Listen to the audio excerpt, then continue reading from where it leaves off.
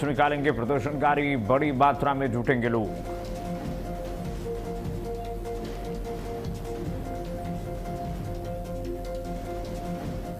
नमस्कार, बहुत स्वागत है आपका देश के उत्तर में। मैं हूं आपके साथ कीर्तिमान सिंह। बुलेटिन शुरुआत करते हैं बड़ी खबर के साथ। उत्तर प्रदेश विधानसभा के मानसून सत्र में भारी हंगामे पर मुख्यमंत्री योगी आदित्यनाथ ने विपक्ष पर निशाना साधा है। सीएम योगी ने प्रेस कॉन्फ्रेंस के दौरान कहा कि जो अलोकतांत्रिक और असंवैधानिक चेहरा है वो एक बार फिर से विपक्ष का विधानसभा सत्र के दौरान देखने को मिला।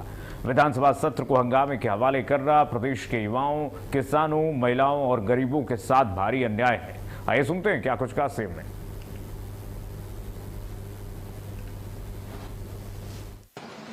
इनका ये आचरण असंवैधानिक भी है, युवा विरोधी है, किसान विरोधी है, महिला विरोधी है और गरीब विरोधी भी है। 59,000 करोड़ रुपए से अधिक का अनुपूरक बजट इन नई मांगों के साथ साथ प्रदेश के इंफ्रास्ट्रक्चर की स्ट्रेंथनिंग के लिए, एक्सप्रेस वे के नेटवर्क को और बेहतर बनाने के लिए जो माननीय जनप्रतिनिधियों ने डिमांड की थी उसके लिए भी धनराशि का प्रावधान किया है। हमने प्रदेश के अंदर उस तबके के लिए जो अब तक प्रदेश के विकास में मजबूती के साथ लग करके काम कर रहा था, आंगनवाड़ी, आशा वर्कर, रसोइया, ग्राम चौकीदार,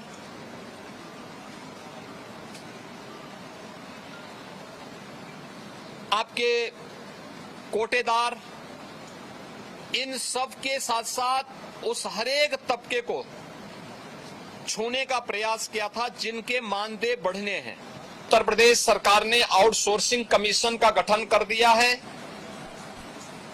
एक न्यूनतम मानदेय हर एक आउटसोर्सिंग कर्मी को प्राप्त हो और उसको हर प्रकार की सामाजिक सुरक्षा की गारंटी भी प्राप्त हो, उसको हम अगले बहुत शीघ्र उसको आगे बढ़ाने जा रहे हैं। उसके लिए धनराशि की व्यवस्था हमने बजट में कर दी है। आंगनवाड़ी, आशा वर्कर, रसोइया, ग्राम चौकीदार या कोटेदार, इन सब के इंसेंटिव और इनके मानदेय को बढ़ाने के लिए भी धनराशि की व्यवस्था हम लोगों ने बजट में की हुई है। हमारी सरकार ने शिक्षा मित्रों के मानदेय को 10,000 से बढ़ा करके 18,000 किया है। पहले 3,000 ये मानदेय मिलता था, हमने 3,000 से 10,000 किया, 10,000 से 18,000 किया। समाजवादी पार्टी का यह चरित्र इस तबके को अपमानित करने वाला है जो अल्प मानदेय प्राप्त करने के बावजूद प्रदेश के विकास के लिए और 25 करोड़ जनता जनार्दन की सेवा के लिए पूरी प्रतिबद्धता के साथ कार्य कर रहे हैं। इससे पहले भी इन्होंने शिक्षा मित्रों के भविष्य के साथ खिलवाड़ किया था।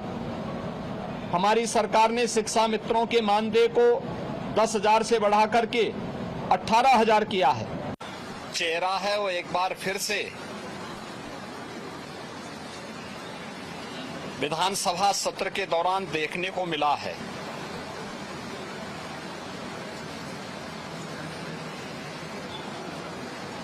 विधानसभा सत्र को हंगामे के हवाले करना, प्रदेश के युवाओं, किसानों, महिलाओं और गरीबों के साथ भारी अन्याय है। मानसून सत्र में युवाओं के लिए, अन्नदाता किसानों के लिए, आधी आबादी महिलाओं के लिए और गरीबों के लिए नई स्कीम, नई योजनाएं प्रारंभ हो, युवाओं के एम्प्लॉयमेंट के लिए, उनकी स्किलिंग के लिए अन्नदाता किसानों के लिए कोई नई योजना घोषित हो सके, गरीबों के कल्याण के लिए कुछ नए कार्यक्रम आगे बढ़ सकें और महिलाओं के सम्मान और उनके स्वावलंबन के लिए भी कुछ अतिरिक्त प्रयास आगे बढ़ें।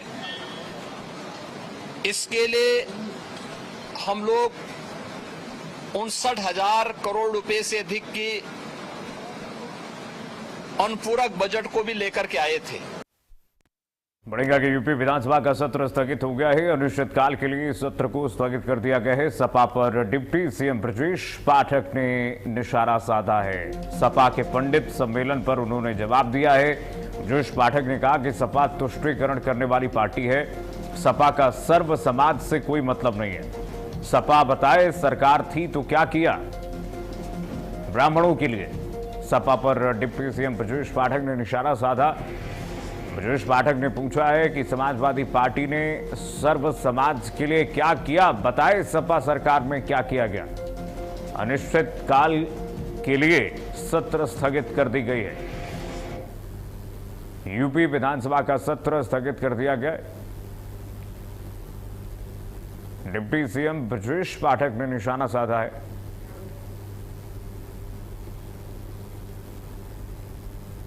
पॉलिटिक्स करते समाजवादी पार्टी का तुष्टीकरण की पॉलिटिक्स, कभी पीडीए, कभी अगड़ा, कभी पिछड़ा, इनका कोई मतलब नहीं है। केवल तुष्टीकरण की पॉलिटिक्स करते हैं। सर्व समाज से भी इनका कोई लेना देना नहीं है। चुनाव आ गया और ये केवल चुनावी मौसम में अपने घरों से निकल करके फोटो खिंचवाने के लिए काम कर रहे हैं। और इनसे पूछे कि इनकी जब सरकार रही है आपने क्या डेवलपमेंट किया है, प्रदेश की पर कैपिटा इनकम कितनी थी, प्रदेश आर्थिक मोर्चे पर कहां खड़ा था, बीमारू राज्य बना करके छोड़ा था आपने।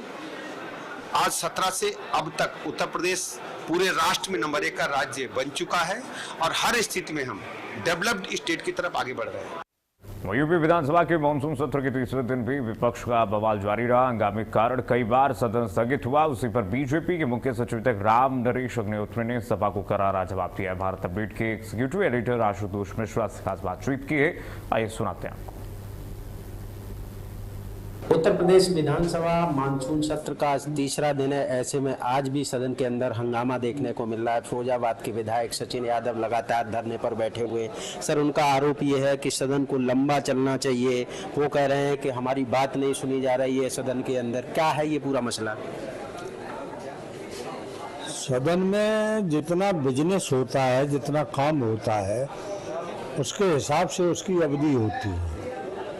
और इस सदन में बहुत कामकाज नहीं था, बिजनेस ज़्यादा नहीं था, इसलिए ये 4 दिन का ही सदन था। लेकिन 4 दिन में भी तो उन्होंने पूरा समय बर्बाद कर दिया। जो जन समस्याएं लेकर, जनता के मुद्दे लेकर उनको सदन में बहस करनी चाहिए थी, या जिन विषयों पर वो बहस करना चाहते थे, बजाय बहस करने के वो हुल्लड़बाजी करते रहे। तो उनको बाहर निकाल दिया गया सदन से। उनको एक सदस्य जो सचिन यादव हैं, उन्होंने मुख्यमंत्री जी की फोटो पर कुछ अभद्र टिप्पणी करके वो लहराने का काम किया था। इस पर अध्यक्ष जी के बार बार करीब 50 बार मना करने के बाद वो नहीं माने।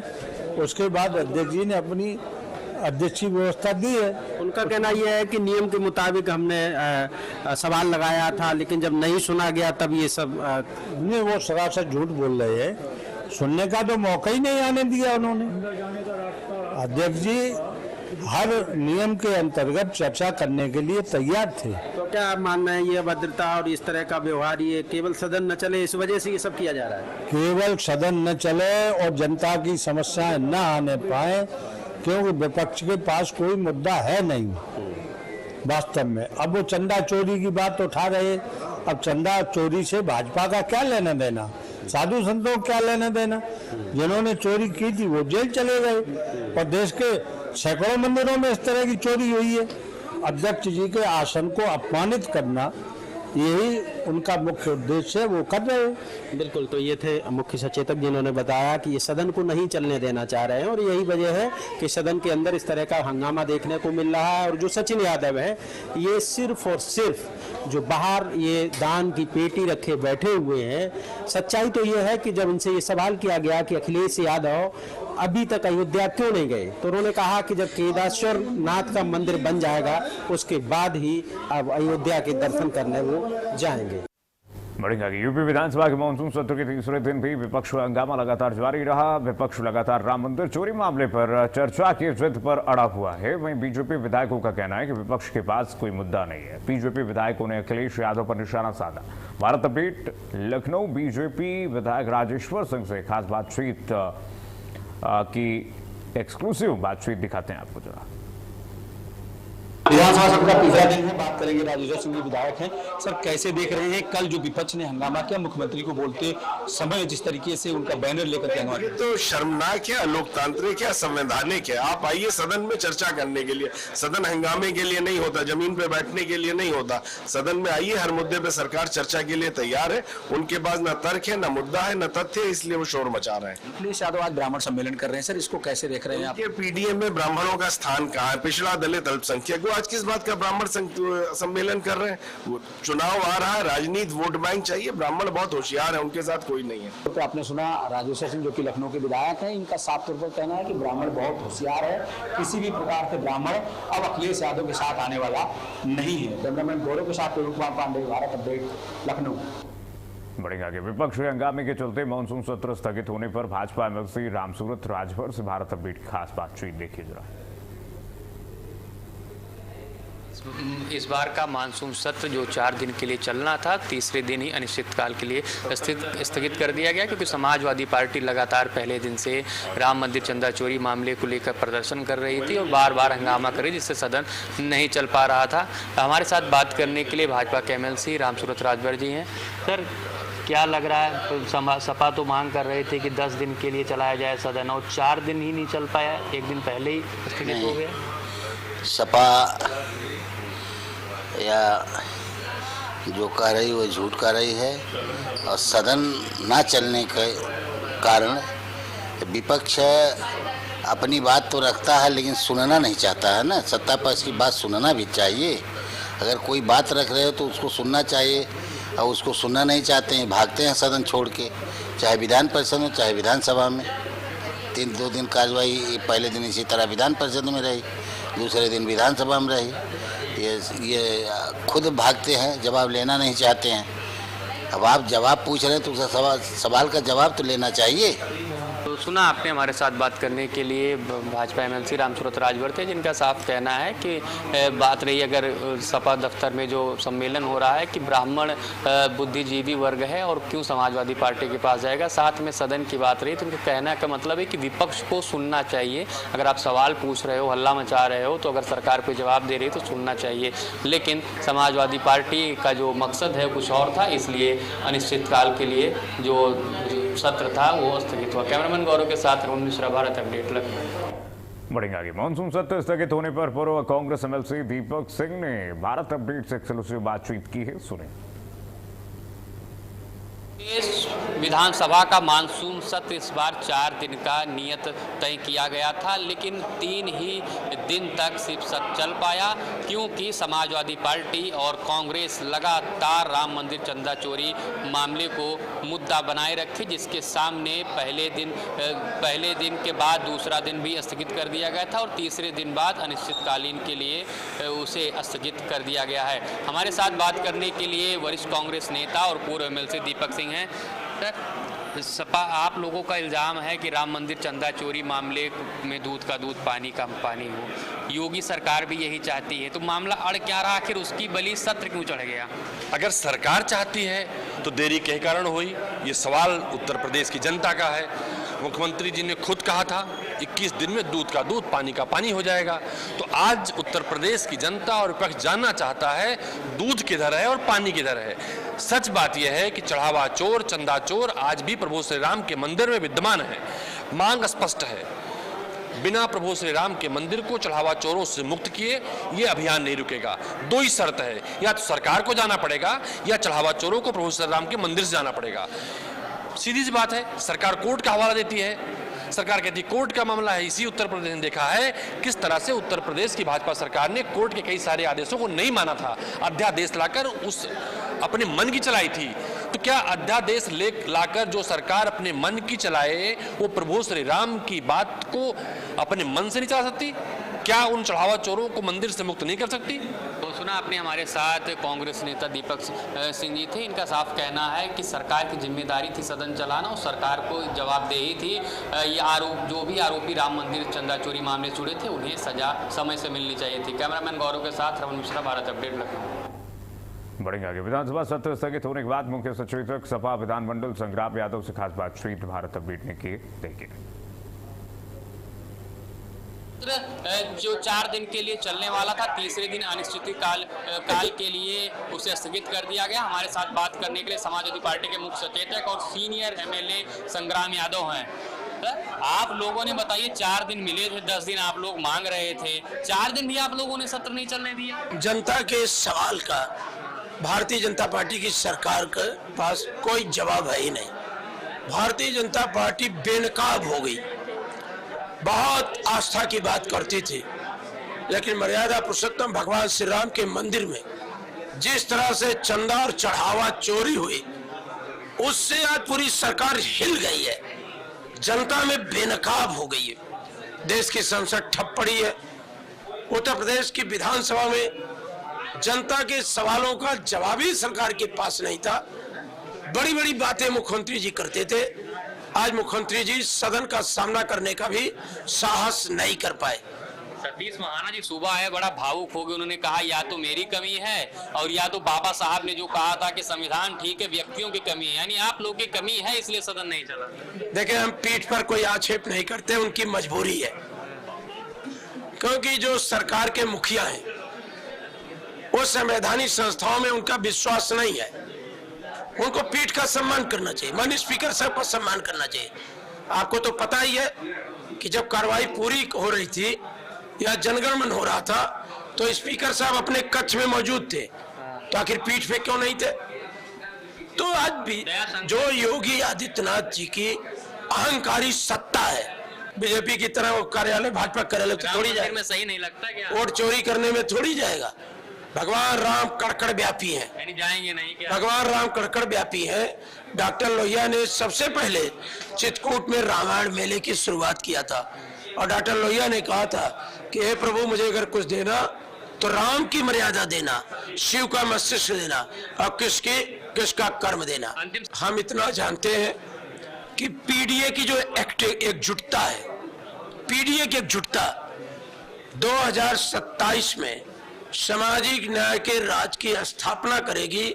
माननीय अखिलेश यादव जी के नेतृत्व में समाज के हर वर्ग का माननीय अखिलेश यादव जी को आशीर्वाद और समर्थन है। तो सुना, हमारे साथ मुख्य सचेतक जो समाजवादी पार्टी के हैं संग्राम यादव वो थे, उन्होंने तमाम सवालों के जवाब दिए। कैमरामैन गौरव के साथ रमन मिश्रा, भारत अपडेट लखनऊ। बढ़ेंगे आगे। उत्तर प्रदेश के धनकटा विधानसभा से विधायक गणेश चंद्र चौहान ने भारत अपडेट से खास बातचीत की है। सुनिए। कहते हैं राजनीति में भाग्य बहुत काम आता है और भाग्य कब किसको कहाँ ले जाए किसी को पता नहीं होता है। आप एससी वर्ग से आते हैं, वो तो कहते हैं कि पीडीए चिल्लाते हैं, वो कहते हैं आप लोगों के यहाँ कोई बहुत ज्यादा वो नहीं। देखिए, अगर सही पीडीए देखना है तो आ जाए वो भाजपा में देखने, उनको आके सीखना चाहिए। भारतीय जनता पार्टी जो दल है, अच्छा, उनके यहाँ तो उनका परिवार है, वो समाजवादी पार्टी नहीं प्रॉपर्टी है, वो एक व्यक्ति की प्रॉपर्टी है। और भारतीय जनता पार्टी एक परिवार है, इसमें सबका साथ सबका विकास है, उसमें अपना साथ अपना विकास है, अपने परिवार का विकास। कहते हैं राजनीति में भाग्य बहुत काम आता है और भाग्य कब किसको कहाँ ले जाए किसी को पता नहीं होता है। आप एससी वर्ग से आते हैं, वो तो कहते हैं कि पीडीए चिल्लाते हैं, वो कहते हैं आप लोगों के यहाँ कोई बहुत ज्यादा वो नहीं। देखिए, अगर सही पीडीए देखना है तो आ जाए वो भाजपा में देखने, उनको आके सीखना चाहिए। भारतीय जनता पार्टी जो दल है, अच्छा, उनके यहाँ तो उनका परिवार है, वो समाजवादी पार्टी नहीं प्रॉपर्टी है, वो एक व्यक्ति की प्रॉपर्टी है और भारतीय जनता पार्टी एक परिवार है। इसमें सबका साथ सबका विकास है, उसमें अपना साथ अपना विकास है, अपने परिवार का विकास है। एक समय में 28 पद एक घरों में रहा करते थे, वो कैसे पार्टी हो सकता है? देखिए, उसमें अगर बात करेंगे तो दोनों लोगों का कालखंड ऐसा था जो इतिहास के पन्नों में दर्ज है, लोग याद करेंगे। कभी किसी ने गोली चलवाई, कभी किसी ने बच्चों की गलती नहीं माना, कभी किसी ने अपराधियों को संरक्षण दिया, कभी ये ऐतिहासिक कालखंड। वो तो कह रहे हैं गोली अगर हमने चलवाई थी तो आपने भी तो दिल्ली CJP के यहाँ ये सब क्या कर दिया। वो कह रहे हैं जैसे सदन में आपकी पार्टी के मंत्री ने ये कहा कि नहीं गोली तो कोई मजिस्ट्रेट चलवाता है, कोई नेता तो चलवाता नहीं है। तो उन्होंने खुद स्वीकार किया था, हाँ हमने गोली चलवाई, उन्होंने खुद स्वीकार किया था। और हमारे नेता, हमारे आदर्श जो हैं बाबूजी कल्याण सिंह जी, जिन्होंने कहा कि हाँ हमने ढांचा गिरवाया, मैं नैतिकता के आधार पर इस्तीफा देता हूँ। ये थे विधायक जी गणेश चौहान जी, बेलदार समाज से आते हैं। बड़ा सपना लेके बड़ा संघर्ष किया और ईश्वर ने सुना और भाग्य ने साथ दिया। कहते हैं कर्म करते रहिए, आप ही कहते हैं कि कर्म करते रहिए तो सफलता निश्चित रूप से मिलेगी। बहुत बहुत धन्यवाद। वहीं आगरा के थाना सदर क्षेत्र स्थित नंद प्लाजा में पुलिस ने बड़ी कार्रवाई की है। LIU और स्थानीय पुलिस की संयुक्त टीम ने मॉल में बने कई कैफे में छापेमारी करके जांच पड़ताल की। पुलिस को लंबे समय से यहां अवैध गतिविधियों की शिकायतें मिल रही थी। कार्रवाई के दौरान कई युवक युवतियों से पूछताछ की गई और कैफे से जुड़े दस्तावेज भी खंगाले गए। फिलहाल पुलिस मामले की जाँच में जुटी हुई है।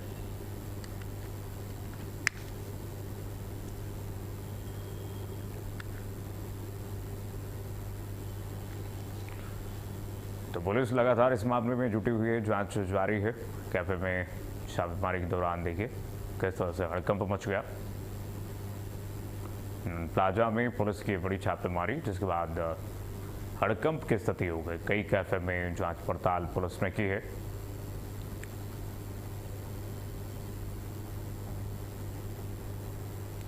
थाना सदर स्थित नंद प्लाजा में आज पुलिस और LIU की संयुक्त टीम द्वारा छापेमारी की गई और बताया जा रहा है कैफे की आड़ में अनैतिक कार्य को अंजाम दिया जा रहा था। वो कैफे हैं जो रैपिड मूवी स्टेशन या इस तरह से तमाम करीब 7 कैफे पर पुलिस द्वारा आज छापेमारी की है और सील कर दिया है। बताया जा रहा है इन कैफे की आड़ में युवक युवतियों द्वारा अनैतिक कार्य कराए जा रहे थे। इन कैफे में अलग से सीट बनी हुई थी, AC लगाया हुआ था, उसके अलावा इसमें बेड भी बिछे हुए थे जो कि गलत कार्य की ओर इशारा कर रहे हैं। लेकिन सबसे बड़ा सवाल यही है कि इतने लंबे समय से इस तरह के अनैतिक कार्य को किस से प्रकार किया जा रहा था, ये सबसे बड़ा सवाल बना हुआ है। आगरा की बात करें तो आगरा फतेहाबाद रोड या सिकंदरा या सदर, तमाम जगह आज भी ऐसी संचालित हैं जहां पर कैफे की आड़ में अनैतिक कार्य को अंजाम दिया जा रहा है। अब पुलिस के लिए सबसे बड़ी चुनौती का विषय है कि अन्य जो फतेहाबाद रोड और सिकंदरा या तमाम जगह पर अनैतिक कार्य जो कराए जा रहे हैं उन पर आगरा पुलिस किस तरह से कार्रवाई करेगी, कब कार्रवाई करेगी, ये देखने वाली बात होगी। आगरा से कृष्ण त्यागी, भारत अपडेट। वहीं कानपुर से एक सनसनीखेज मामला सामने आया, जहां पर जीजा की कथित प्रताड़ना से परेशान होकर के साली ने फांसी लगाकर आत्महत्या कर ली थी। परिजनों की शिकायत पर पुलिस ने आरोपी जीजा के खिलाफ मुकदमा दर्ज कर उसे गिरफ्तार कर लिया है। पूरा मामला कल्याणपुर थाना क्षेत्र का बताया जा रहा है। पुलिस मामले के आगे की जांच कर रही है।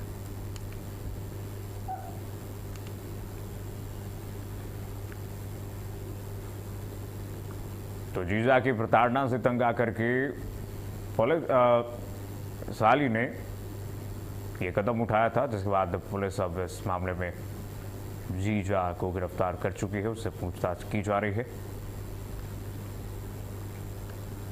बढ़ेंगे आगे। यूपी के प्रतापगढ़ पुलिस को बड़ी कामयाबी मिली है। पुलिस ने तकनीक की सहायता से गुम हुए करीब 68 लाख रुपए कीमत के 376 मोबाइल फोन बरामद किए हैं। CIR पोर्टल के जरिए इन मोबाइलों को ट्रेस किया गया। पुलिस अधीक्षक दीपक भूकर ने प्रेस कॉन्फ्रेंस के दौरान वास्तविक स्वापियों को उनके मोबाइल फोन वापस सौंपे हैं। मोबाइल वापस मिलने के बाद लोगों के चेहरे खुशी से भर गए।